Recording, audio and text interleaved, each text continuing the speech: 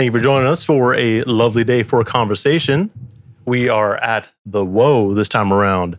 Shout out to the Whoadees for hosting us. Shout out to the Whoadees. Need any recording, studio sessions, engineers, hit them up. Drop the link in the description there. But as always, I'm Sean, bar for bar. We got DJ Ammbush. DJ Ammbush, drums and ammo, Ambata. And joining us today, man, my bad. That's all good. Joining us today is LOE Gino. What's going on? Thank y'all for having me. Thank you for coming through. Hell yeah. This is something that we've been trying to get going for a little bit. I know, we finally made it work. It only worked because I didn't have work today. Shout out to President's Day. Hell yeah. You know, that makes sense. I forgot that today's a holiday. Yeah, me too. Very technically. I don't really fuck with the presidents. Just a quick present. Damn. Sense a whole different. Season 2 we already canceled. Get this gonna be shadow banned immediately. Damn. Well, good, at least most of my audience is from around here, not from. Anyways, Gino, who are you for people who are watching out there? Damn, that's a multifaceted it's gonna require a multifaceted answer. Are you gonna do like an interpretive dance? Nah, I'm just a creative. I'm from Berkeley. I'm a father. I work hard. Very simple. Simple.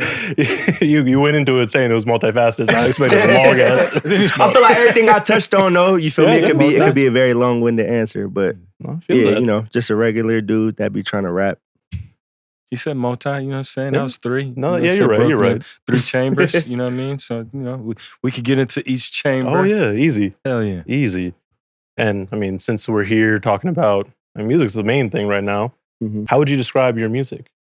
Just from a place of creation, I try to, it'd be hard for me to just turn on and do shit without it being from like a place or like from a purpose. So like a lot of the songs that I enjoy making for the most part, they usually come from me like sitting down and reflecting on something that I feel. You feel me? So yeah. Okay. And that's actually kind of what I was gonna get into too. Like a lot of your music is pretty personal to you, kind of vulnerable. Was that something that you always went into music with the intention of? I think for me creatively, it's just the best way to be. You feel me? Like it's hard for me to fluff things in terms of lyrics. Yeah. You don't want to get on like any braggadocious stuff, like unless you can for sure. But so I think with creativity, like you could, I feel like it's times that I brag. I feel like it's times that I very humble. You feel me? I feel like it's times that I just want to express how I feel about certain situations. You feel me? Yeah. And those all come from moments of things that me feeling. I think that's what art is. You know what I'm saying? I feel that. Shoot, I mean, we kind of touched on it a little bit right at the beginning with your introduction, but you got a lot of stuff going on. Like, how do you find that you're able to balance everything, like between work, family, music? I don't know if I'll balance it. I feel like I just kind of like do everything that I can do, and I don't think that that's necessarily a good thing. But I understand the importance of everything in my life. You feel me? Right. And so, like, nothing, like everything that I prioritize in my life, I can't really let it take a backseat to anything else. You feel what I'm saying? So I just kind of do as much as I can. Yeah, I hear you. So it all kind of stays in that one kind of bar. You keep it at a certain bar. Keep everything at a certain bar. Try not to get up under there. I feel like that's not necessarily good for the long run. Like I don't sleep a lot. You feel me? If you look on my Instagram, I'll be up at 4 a.m. Gangster. Ooh. You know what I'm saying? And my days don't end until 9 or 10 sometimes. But again, like can't nothing really take a backseat in terms of like where I'm at right now. Right now.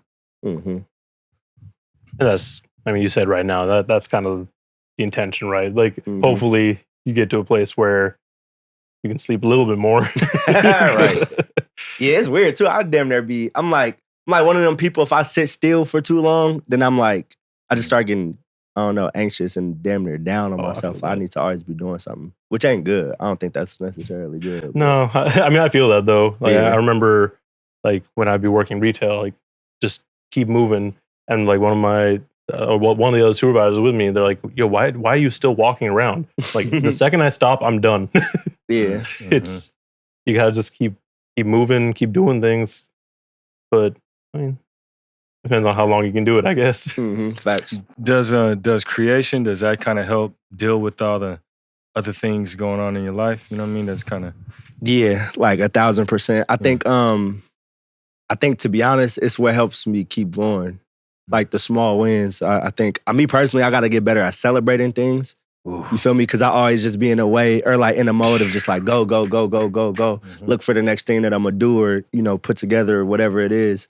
But like the small wins, like they for sure help me move forward. You feel me? And even if it's just like having the endurance to like, nigga, I wrote a song today. You feel what I'm saying? That's a win. All of that shit, that's a win. It's just compounds, you know, all those small wins, they just compound. You know what I mean? So it's good to acknowledge them. I think because once you start getting some kind of momentum too, it's easy to kind of fall back and to not recognize those things. Because once you get caught up in the chamber, now you're just like, how do I keep this momentum going? How do I keep it going?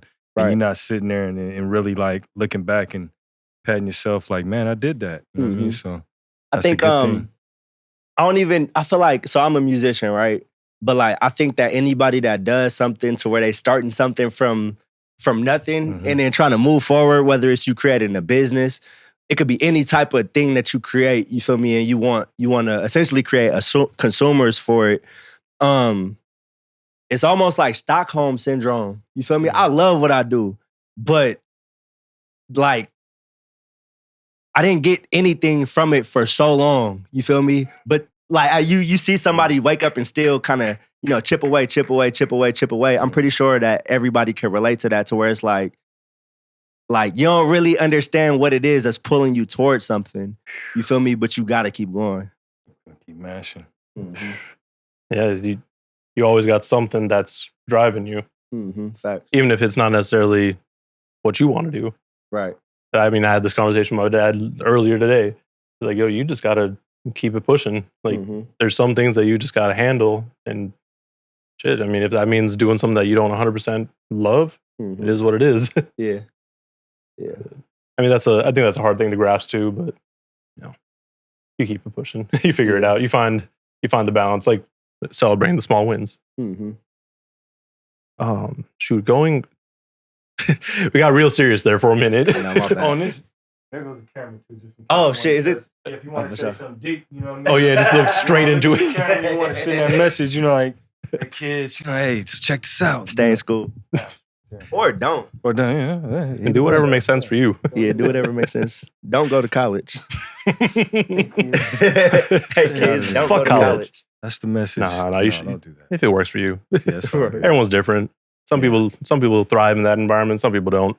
I know I didn't. Yeah, I think I love learning things like a motherfucker. You feel me? But I think it's damn near irresponsible for us to preach hundreds of thousands of dollars of debt, you feel me, to a 17-year-old and then make them feel bad for not wanting to do that. Boy, you need to come to my crib, boy, and talk. Take that out. But education is important, though. You get what I'm saying? But like, oh yeah, it's weird. It's like a weird balance. Like, I don't think that. I think some of the greatest minds that we ever knew, didn't necessarily need to go to school if they did. That's right. You feel me? I mean, life, life experience, it counts too. But I value both. I value both. You know what I mean? Yeah, important. There's definitely good and bad things about both things. It's discipline, though. Yeah. You know what I mean? I mean, I think ultimately that's the biggest thing you gain. Yeah, I always looked up to that, and like just the discipline and being able to finish something like that. So that's true. It's a great accomplishment. Yeah. Nothing else, Go to college. Maybe. Start and end that bit with the same thing. Right. Man, fuck school. Anyways, did y'all go to college? No. I've had stints in college and then never finished. Yeah, that's good. Sometimes you get kind of pressured into doing things that you don't really want to do. Right. That's yeah. I think I think in terms of how finances work in society, you feel me? Like, it ain't no reason to go if you don't fully know what you're gonna do. If it's like not a clear path, it ain't no reason to go. Cause humans change like a motherfucker. That's one thing that I know, you feel me, in my time on earth is people gonna change. And they're supposed to. We all supposed to. But yeah, don't like do something that's gonna permanently affect you if you don't have to. Yeah. I get that. Yeah. I get that. Yeah. I was gonna go to college. My mom passed away, right? Not to make excuses or anything, but literally in the process of doing that, my mom's passed away. And it kind of derailed a lot of that. And I do regret that. You know what I'm saying? I do regret not lining back up to go back to college because I do feel like, if nothing else, it gives you, you leave with a network. You could leave with some folks that you can work with for the duration of life, So that's one of the things as I get older, I was like, man, it would behoove you to be able to have that type of network at, 35, 40, 50, you know what I mean? So if you don't mind me asking, how your mom passed away? Oh, she had breast cancer. Oh wow. Yeah, so I was 18. Okay. You know what I mean? So yeah, I graduated. It was the year I graduated in 91. Okay. So it was that summer. You know what I mean? So yeah, man, I'm sorry to hear that. I lost my mom when I was 10. Oh wow. It was tough. Yeah. Okay. Yeah, man. Shit is real. Yeah. And that definitely it can either, for what it did for me, is made most things not matter. It's hard because it's at such a bar. When losing a parent that young, it makes other things just seem like, oh, man, unless it's real life or death. I was that kid that people thought was too serious, too young. You feel me? Like a motherfucker, for sure. Because I 1,000% agree with you. That's exactly what it did to me. It make you like life, it pop up quick. And your understanding of it, depending on I feel like your understanding, just your thought process in general, it'll for sure make you look at things. And a lot of the stuff that people do, you get what I'm saying? A lot of the stuff that people do and are worried about, it's like, man, most of this stuff don't matter, dude. Yeah, you like, what? Oh, that don't even hit my radar like that. You know what I mean? So, but I want to ask you, talk about the not to switch. Yeah, we keep switching like this. It's a bipolar ass podcast. My bad.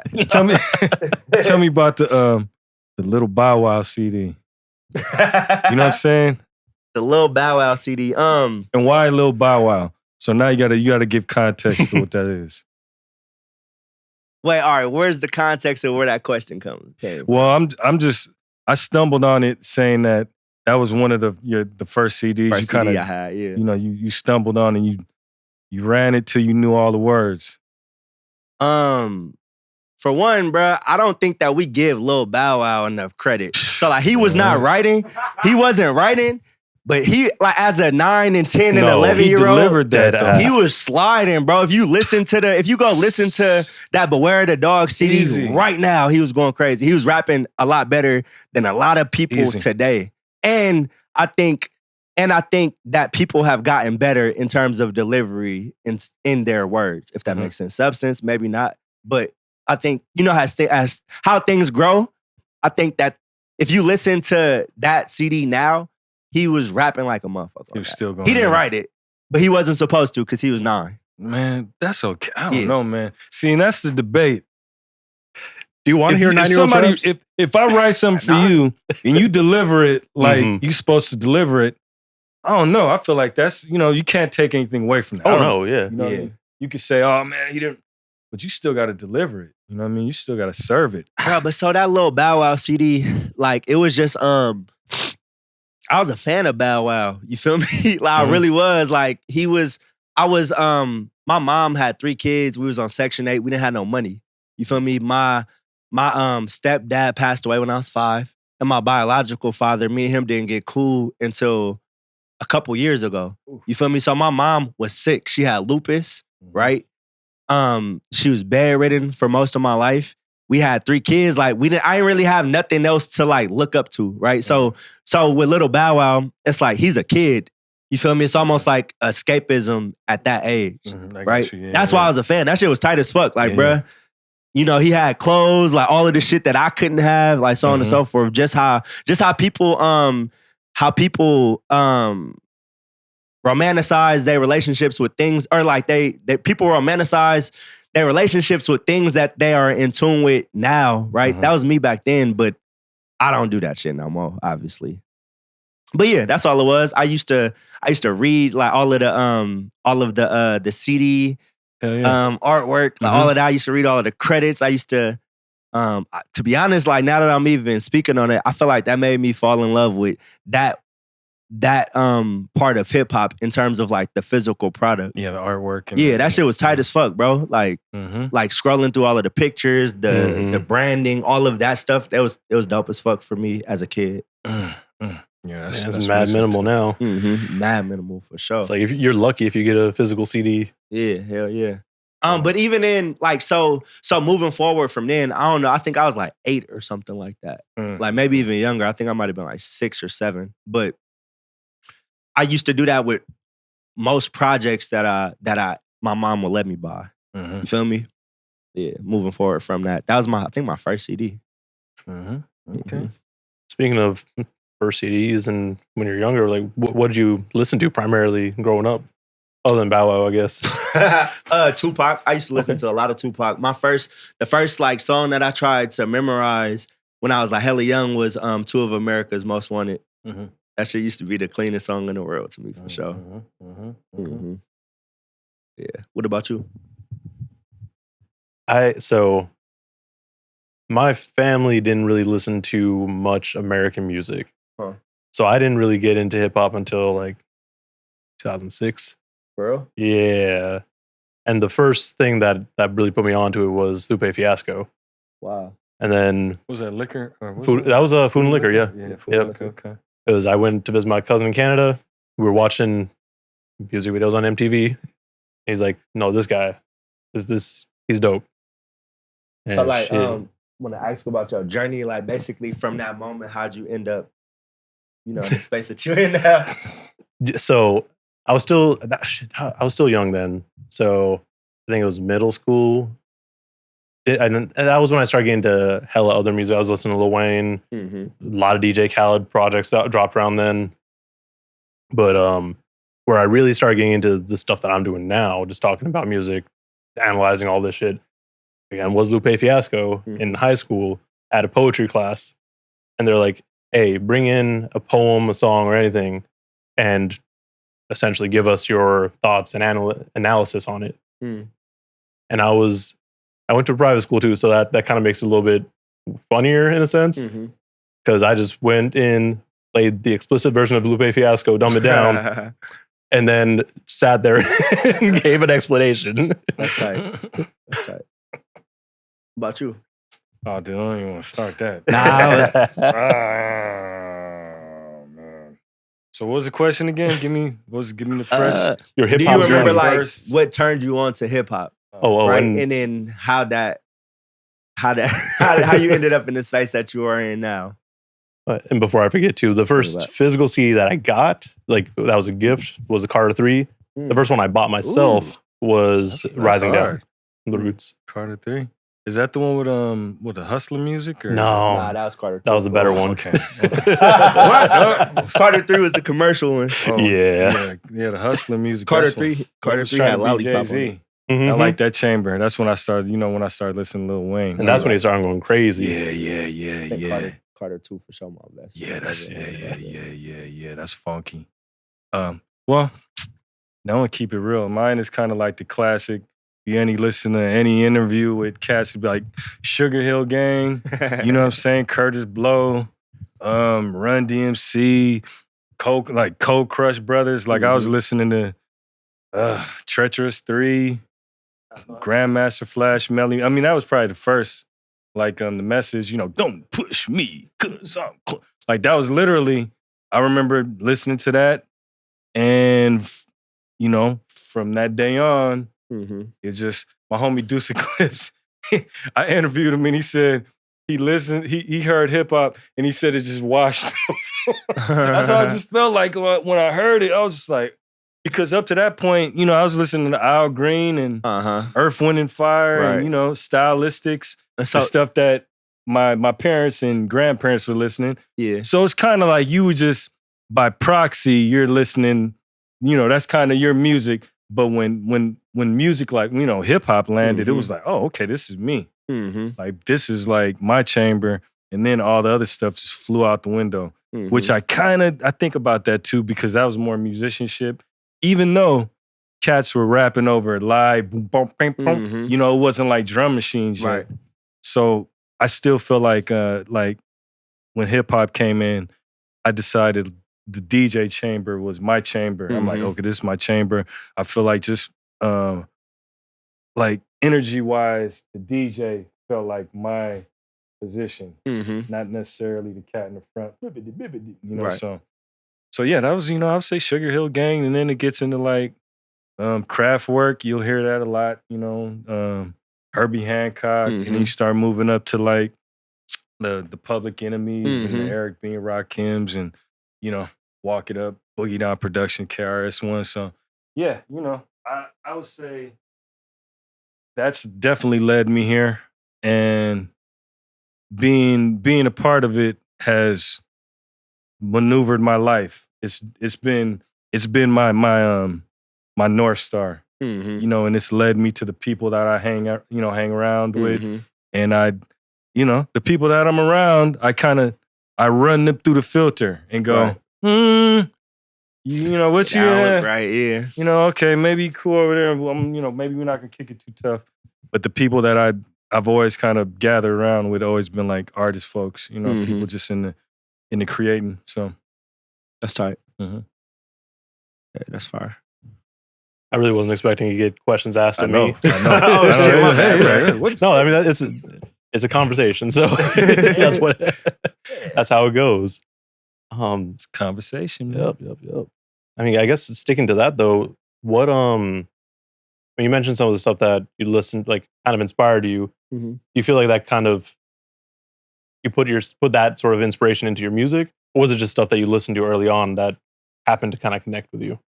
I think that pretty much anybody starting off in music in particular, we fans first, right? So like I used to, when I first started writing my first couple of songs, I used to who did I used to sound like? I used to try to sound like J. Cole. Like really, really tough. You feel me? Because I'm a fan. Like at first we mimic, and then we're able to create our own, you know, our own being in that process. So yeah. Yeah. Did I answer your question? Yeah. And I was gonna say, I guess like, is that something that you still kind of bring to your music now? Like, do you find yourself being inspired by other artists as far as like their flow, the way they bring up topics, or have you just kind of put that into a different section of your brain? So I don't really listen to a lot of rap anymore, just because of that. You feel me? But where I do get inspired by other artists is really just seeing people achieve. Like I think it's mostly towards, or like mostly to do with like the community that I'm in now. You feel me? Seeing people like start here and then end up here is inspiring, if that makes sense. But not necessarily in my own product. And kind of winding it back just a little bit. Obviously, you mentioned Bow Wow. Was that kind of around the time you're like, I wanted to start doing music? Or did you kind of stumble upon that later on in life? Nah, so the way it went is like, I fell in love with music really early, right? I was like a real quiet kid. Like it was hard for me to express myself. I didn't even really grow up in an environment that allowed me to express myself. And before my mom passed away, she got me into poetry, like real tough. And I started writing poetry, right? And she ended up passing away. I continued to write. And then somehow they just merged. Yeah. That makes sense. I mean, rap is poetry. So it just kind of flows right into that. Yeah. How did your family, how did they like process, or how do they absorb your poetry? Or did you share it with them? So I didn't share it with nobody except for my little brother until I think really until I was out of high school. For real. And it wasn't like bad or nothing like that. To be honest, I just wasn't good when I first started. So it's like, oh, it's cool that you do something, you like fucking with something that you like to do, but like, get better. You feel me? Like, nigga, like, cool, like, right, good. Yeah, like, oh yeah, we not mad that you're doing it, but nigga, get better. Hey, that's not a bad thing though. Yeah, nah, for sure. I come from like a hella competitive ass family. You feel me? Like, which is cool. Yeah. I feel like it's helped me a lot in my adulthood. That's, I mean, me DJing is how I connected with my family, because I was hella quiet too. You know, I was on some dolo. You know, yeah, I'm still quiet, bro. I don't be. I'm like, yeah. But that was the way I felt like. That was the way I could give. You know, I could. Hey, we having a family reunion. We having the wedding. We having a birthday. Who gonna DJ? Have me rock. You know what I mean? So. That's the way I've always contributed, and then contributed to the community. You know, through DJing. That's always been my chamber. So, you know, you try to find a way to connect. You know, so that's tight. Did you ever make it to Sway Show? Never made it to Sway Show. Man, we got to get that going, man. Yeah, nah, I like that song too. Show. Thank you. That was hard. Yeah, never made it. Never made, or haven't made it yet. Let's break down the song. What is it called again? It's I Want to Rap for Sway. I Want to Rap for Sway. Yeah, that was hard. That's a hard song. Yeah. Shout out to Max. Sway, what's up, man? Sway, what we doing? Come on, bro. I'm ready. He's right here. You know what I mean? For sure, I'm ready right now more than ever. That's crazy too, because you were in New York for a minute, right? I went out there and did on the radar. Yep. That would have been perfect timing. Hell yeah. Yep. That's all right. We post it. You know what I mean? Get 1,000 likes or whatever. Some thumbs up. Hey. For the town. I like even just like going through your catalog and you know the Berkeley. You put the Berkeley. I feel like you put that vibe in front of your music. I don't know if that's conscious, you know, but it seeps through like, oh man, it's Berkeley cat. You know what I mean? Talking about the sage and you know what I mean? Just flavor, man. That's tight. Yeah, it's funny, brother. Berkeley. So like that part of my branding, like I that didn't even really come from me being from Berkeley. It was more so I got family that used to grow in Humboldt for 20 years. Oh, okay. So I used to like nigga, my mom would send us up there to work on the weed farms when we was hella young. Wow. Yeah. So like that, and then I ended up moving out there when I was a little bit older. And that's kind of where that came from. I got real hippie blood relatives. Oh, okay. For sure. Wow. That's crazy. All right, you just happen to be from Berkeley too. Just happen to be from Berkeley. Yeah, that's that flavor. Most of my family is from Oakland. Like my whole family is from Oakland, except for like 4 of us. But yeah, everybody. You still got a lot of family out here? Yeah, hell yeah. Okay. Yep, a lot of family. All right, shout out to the fam. Shout out to the fam. Hell yeah. I mean, I guess continuing on from the music, how'd you team up with that candle company for all the scents that you came out with? To be honest, bro, that was my first cameraman. My first cameraman, his girlfriend owns a candle. Oh, lit. Okay. Yeah, so it wasn't like nothing simple than, hey, bro, like you do this, I do this. Let's lock it in. That's how it should be. Hell yeah. You feel me? So yeah, wasn't nothing. Like it's family. Right. It wasn't nothing hella intricate. But that's kind of cool though too, because it's like it's unique and it's still pretty on brand for you, I feel. For sure. Yep. I'm about to do another one. Eucalyptus. Hell yeah. That was a new That's a new single, right? Yeah. Yeah. I picked that out. That was hard. Yeah. I'm gonna drop a remix for it and then drop the candle. All right. I like the up tempo, man. I like the up tempo. Yeah. You know what I mean? We be on slumpy though, you know what I mean? We be on the slumpies, but I'm starting to like the up tempos though, you know what I mean? What type of music do y'all like outside, or like what? Basically, give me a more in-depth answer to that. Oh, well, you know, I come from the head nod, 86 BPM, you know, dusty, mad specific. I mean, I don't, you know. I guess we'll just say boom bappy, you know what I mean? Kind of in that zone, little head nod. So West Coast has always been more of the head nod but I DJ, you know, so Right. I've been in clubs. The stuff that I listen to, I never DJ. I've never you. DJ. That makes you know? sense. So now I'm into like damn near house dance. That's when I'm tight. DJing, that's my go-to. It's like feel good. 4 on the floor. Yeah, exactly. Mhm. That's where I'm at with it right now. But you know, just in the car or something, I might be listening to like Bilal or something like that. Mhm. That's kind of, you know what I mean? Been listening to him for like 30 years, D'Angelo and shit like that. You know, Yeah. Raphael Sadiq. You know, Right. that was my introduction It's the groundwork. Yeah. And that was my introduction into everything outside of hip hop.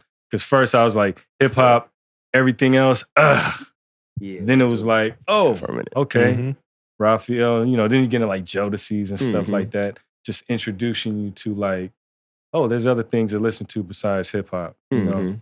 Then, you know, of course, like the 90s, Nas and all that is like, hey. Now it's like, it's cool hearing cats rap over the head nods, you know what I'm saying? Like really getting on it, you know, so it's a trip, man. It's a trip seeing it evolve. It's crazy. It's crazy because, you know, at one point, you know, I mean, you just gotta bring Kendrick up for the whatever.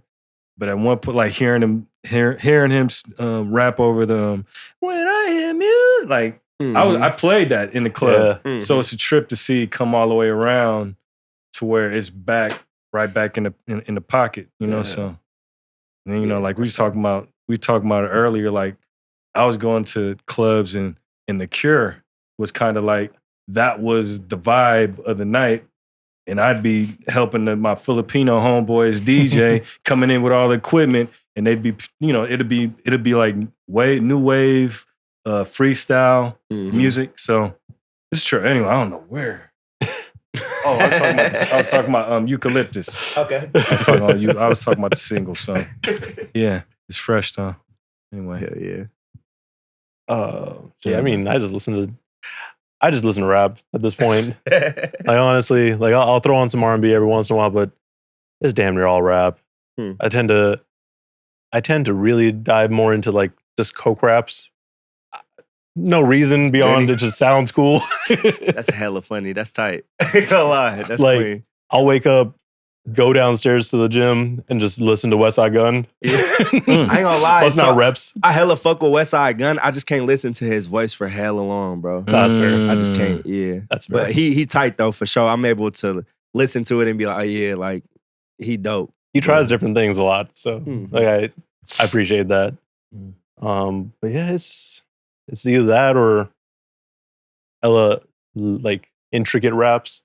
Like I was really into A$AP Rock for a while. Still am kind of. Who do y'all listen to from the Bay? oh man, hell no. Well, I mean, at this point, I mean, there was a point when, you know, I had a show called Friendly Fire that it was every Friday, and I was religious with it. You know, like we'd be on vacation, and I'd be sending the show off. It was an all-day play, youth radio. Oh, so, that's tight. yes. Man, they didn't accept my internship, bro. What? I don't know why. Yeah, at Berkeley, when I was at Berkeley High. Oh, I tried to apply there come too. on, that was somebody dropped the ball, man. What we doing? Ben Frost, we need to bring it back. But there was a point when I was doing like an hour long show, and I keep it real, man. I was having a hard time just being like, man, who, you know, I want to put the Bay in just an hour, and it was hard, man. When? This was 2016, 17, 18. Okay. Yeah, I was just like, It was that weird lull. yeah, it was like, I know what you you know, mean. but this was coming out of, I still feel like we were coming out of hyphy. So if you're doing anything outside of that box, you had even a harder, you know, you're not starting at zero. You're starting at in the negative if you're like, oh, I'm not doing any hyphy. So then, I mean, keep it real, man. I mean, once the Grand Nationals, you know what I mean? Once the Jane Hancocks, once all that started popping off, once the Hamzas, you know what I mean, start popping up, I started becoming like, oh, okay. All right, cool. Now this hour has 20 minutes, Bay Area. Then it got to a point where it was like, oh, I got this whole hour, you know what I mean? So yeah, from the Bay now, I mean, I can't even really, it's a lot. That's tight. That's good. Because we've shown that we could do. We've accepted more of a different flavor. Whereas before, You know, and it had to it's it had to be relative of one thing. But we talk about it. You know, I've talked about it with different folks. It's like we have it's the gift and the curse to be from a spot that has a sound. So sometimes it'd be, you know, you might be like, man, I'd rather be from some place that doesn't necessarily have that thing stamped. So you could go in there and be free. You could kind of maneuver. But when you're in the Bay, it's kind of like, all right, you can decide to do what's happening, or you can decide to do some other flavor, and you just, you know, you got a different path to pave. So it's I'm a glutton for punishment though. So I try to make my shit as, you know what I mean? I try to be as off the wall as you can. Yeah.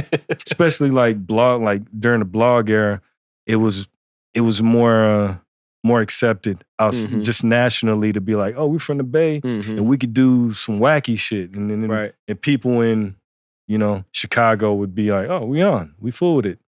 You know, so I would say out of the hyphy era, it was definitely, we still feeling it though. We still feeling, you know, but we have more folks that are like more diverse. Yeah, more diversity. Man, I'm just happy to be still in the, you know, in the universe of it to see it happen. You know. Yeah, I mean, we doing a lot of talking this interview. I know. These are the most questions. Shit, my bad, bro. I be trying to know. Like, I wasn't ready for this. Yeah, like, hold up. Damn. You're just run through all the talking points. Yeah, man. Damn. That's all good. No, I mean, I've been listening to, the last couple of years especially, like, there's been hella different music from the Bay. Like we were just saying. I mean, earlier today, actually on the way here, I was listening to Monty and Air Max project. Bro, that shit's so hard. Monty, bro, I just sent him a fucking voice message like an hour ago. We went and did Corner Store LA, like they was out here. Yeah. Bro, that nigga he made me jump out my seat, bro, with what he was saying. Like, he went so crazy. But everybody, I was probably there for like an hour and a half. You feel me? It was me, Monty, J Walt, Ian. Who else was there? I don't want to forget nobody. Randy.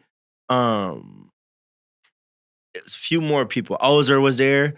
Everybody went crazy. Like, lyrically, everybody went crazy. And it was tight as fuck to see. You feel me? For like, it wasn't nobody that took hella takes. Yeah. You feel me? Like, oh yeah, one and done. Like, it was tight to see. Cause I feel like our lyricism portion of our culture and music out here don't necessarily get the respect.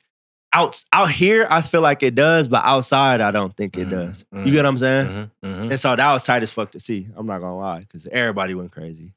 Like, everybody went crazy. It was dope. Pass was there too. I didn't want to forget. So yeah, he flamed it up. He flamed it up. I'm sure he did. Yeah. And that's the thing too. Like, going back to just the preconceived sound of the Bay. Like, everyone thinks it's just hyphy, and we out here partying all that. But like, nah, people be talking. Yeah. Like, there's hella shit in there. Yeah, facts. It's like, I mean, that's kind of why, the whole idea of this show too, like, we got hella people out here. Let's bring them on. Let's talk about them. Let's try to build some sort of platform. Right. Because if you're not getting love from where you're from, it's like, it's a lot harder to build. At least I feel like that. Yeah, I think it's more so just a lack of national resources. Yeah. More than anything. But I think that's also changing too. You feel me? Like, All-Star Weekend was just here. Super Bowl next year. You get what I'm saying? I feel like it's people making strides, which is tight. Hell yeah. I feel like it's moving for sure in the right direction. Damn. What else did I have? We were just going for a minute. You still doing Hard 75? Yeah, I started a new one. How's that going? Good, bro. I feel like it helps. Discipline helps, I think, anybody. You feel me? And so I think the first time that I did it, I got what I needed out of it. And then just being off for a week, I felt myself starting to just kind of slip up. And I think discipline is relative. You feel me? So it's like, if I slip up here, I can slip up here. I slip up here. I slip up here. And I do live like a real intricate life. Like, the things that I have to do in order for like my family to be taken care of, for me to do what I want to do, which is music, you know, for the bills to get paid, I have to kind of just be on point. So break that down. I don't even know what the Hard 75, what is it? 75 hard. So you got to do 2 workouts a day. One got to be outside. You got to read 10 pages a day. You got to drink a gallon of water. You have to stick to a healthy diet. No processed sugar, no alcohol. And then you got to take a progress picture every day. Gangsters. Ooh, I heard that. Okay. It's a lot of discipline there for sure. Yeah, hell yeah. I think the discipline the only way that shit get done. For real. Like goals, discipline is the only way. Y'all probably didn't have days where y'all didn't want to shoot, you feel me, or something came up, but niggas still made it happen. And that is the only thing that's gonna move things forward for the most part. Yeah. That's true. That's true. Word up. Make up your bed too. You know what I'm saying? Oh yeah.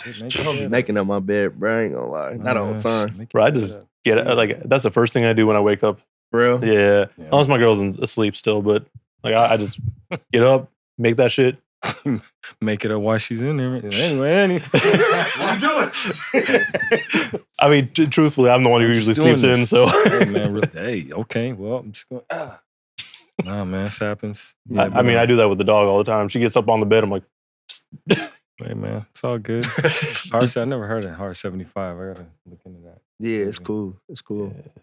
It worked like with my life though. That's good. So it's not like too hard for me to do, if that makes sense. It is, but. Do you listen to your own music? I try not to. I usually listen before it drops. And then for perfection purpose, me being a perfectionist purposes. But yeah, I try not to. Because I don't be liking to overanalyze it. Yeah, you know what I'm saying? Because you're gonna always break it down. Yeah, I be trying to. I always try to double back to the fact that it's like, all right, when I made this, I was feeling some type of way this way. So even if I, move forward and I don't necessarily feel like I'm in the same space or whatever, I want to double back and listen to it. Like, damn, why I do that? I feel like this now. I was a different person back then. Boom. You feel what I'm saying? And you just trust in it. You say, I trust where I was at that moment. I'm hella hypercritical about what I be doing. Like, it's like how Lauryn Hill, I'm an artist. I'm sensitive about my shit. It's my baby. It's all of our baby.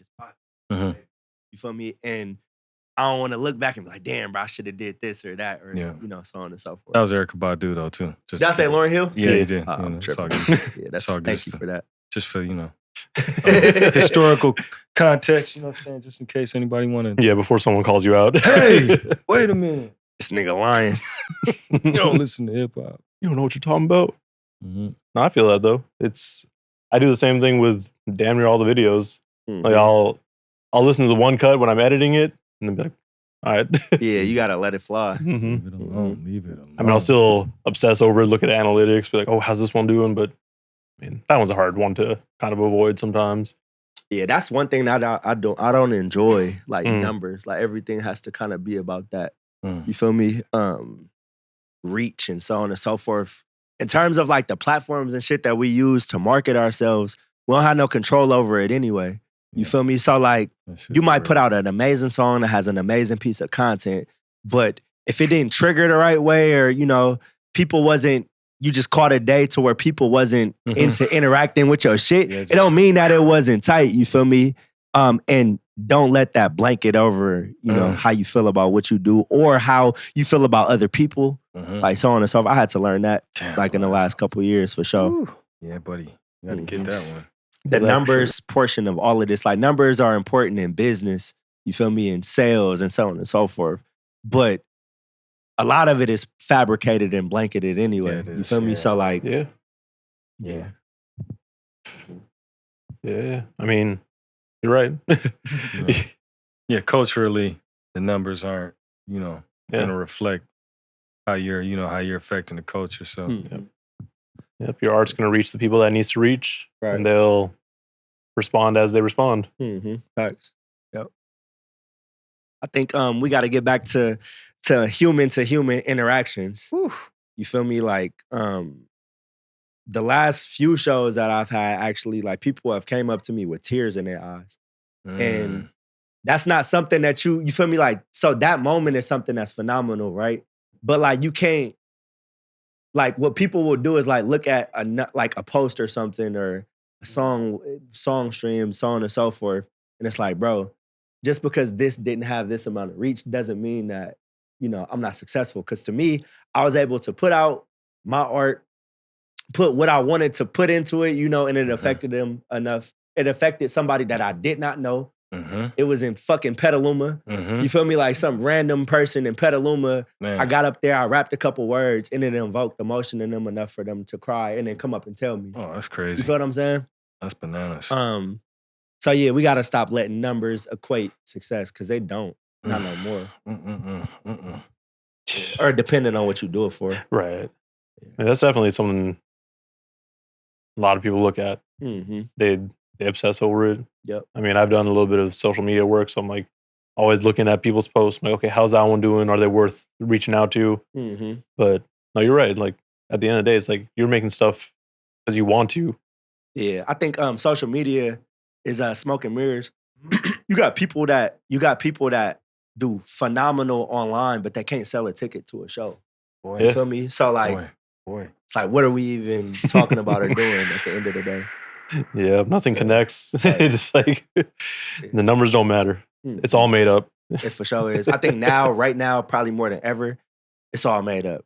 You feel me? Maybe not when it was first introduced, but it's so convoluted now that it's like, Some of the tightest people that I know don't necessarily have tight ass numbers. You feel what I'm saying?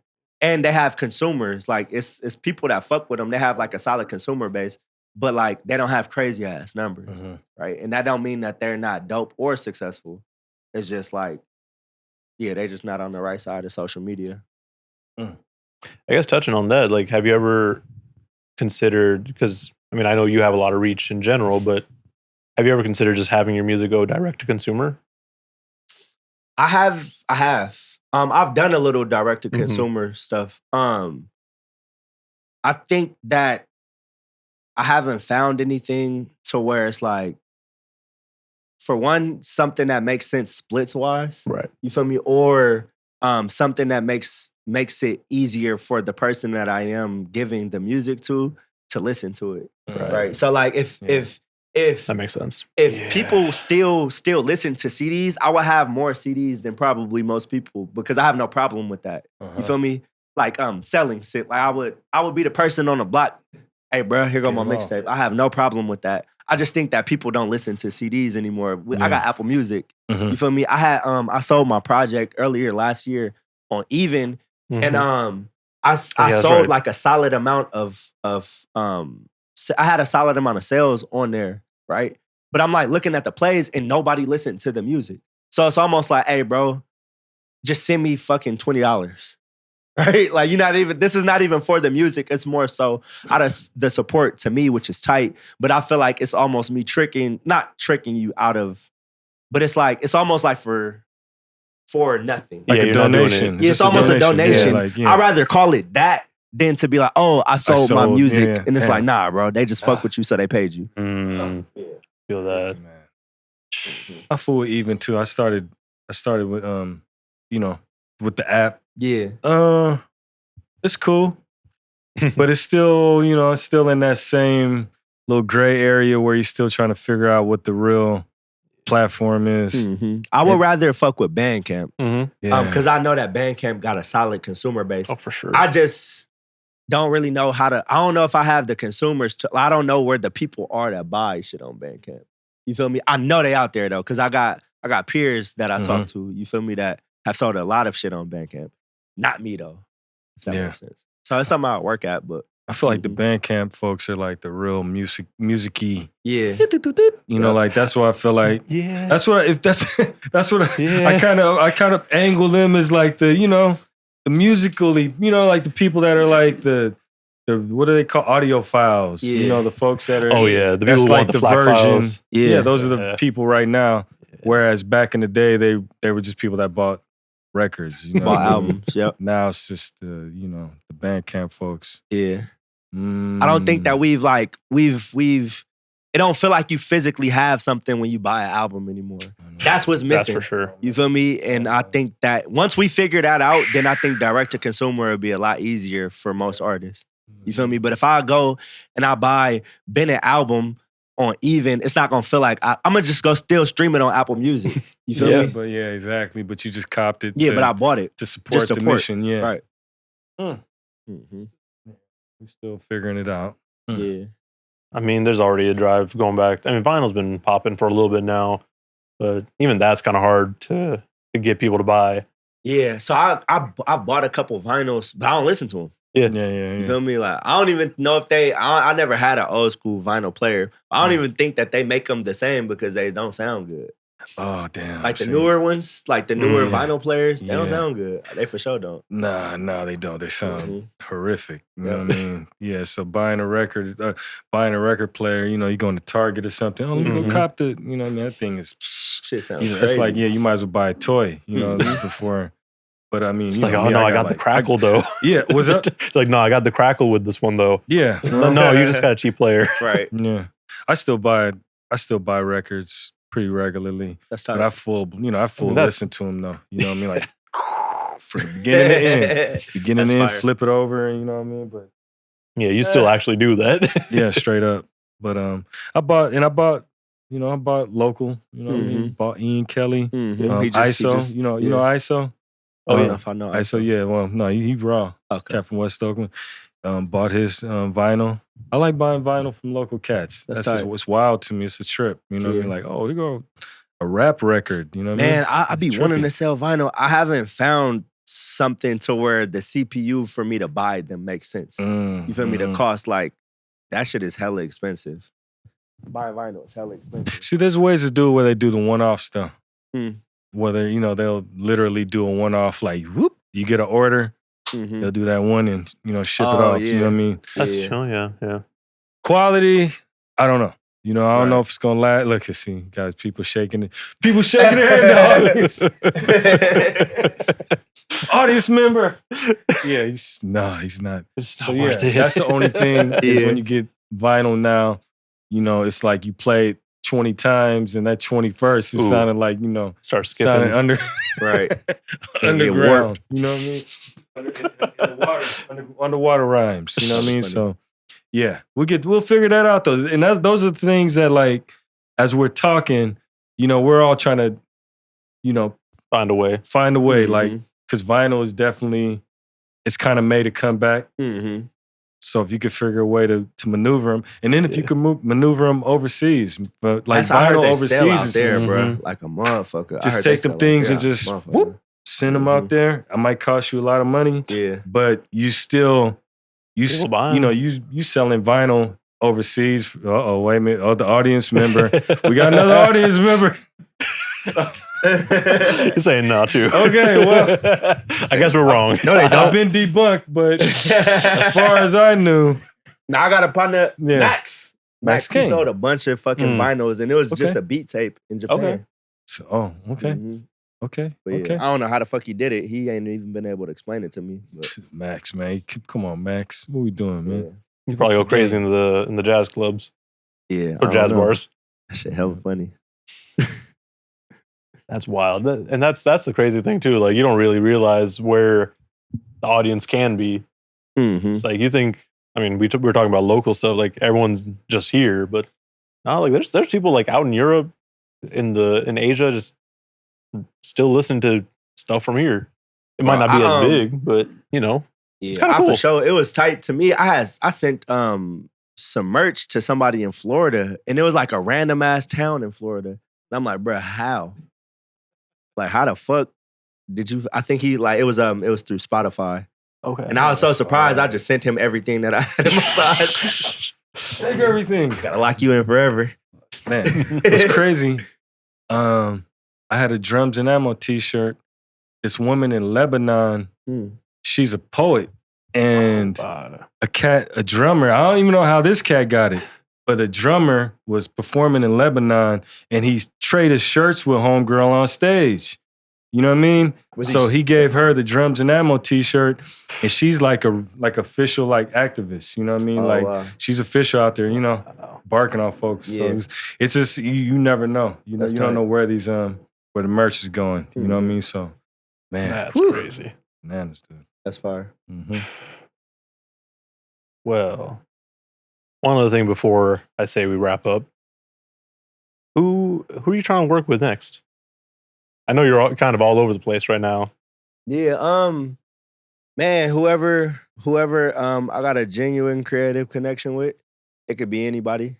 Yeah. For real. Like I I was just talking to somebody, and it's just like, man, it's people that I fully support, and we just ain't got to work together yet. You get what I'm saying? Like, we ain't never, the spark hasn't happened. Yeah. So I don't think that, I got like a bunch of artist partners, you feel me? And we don't gotta work together for it to be like a full relationship, if that makes sense.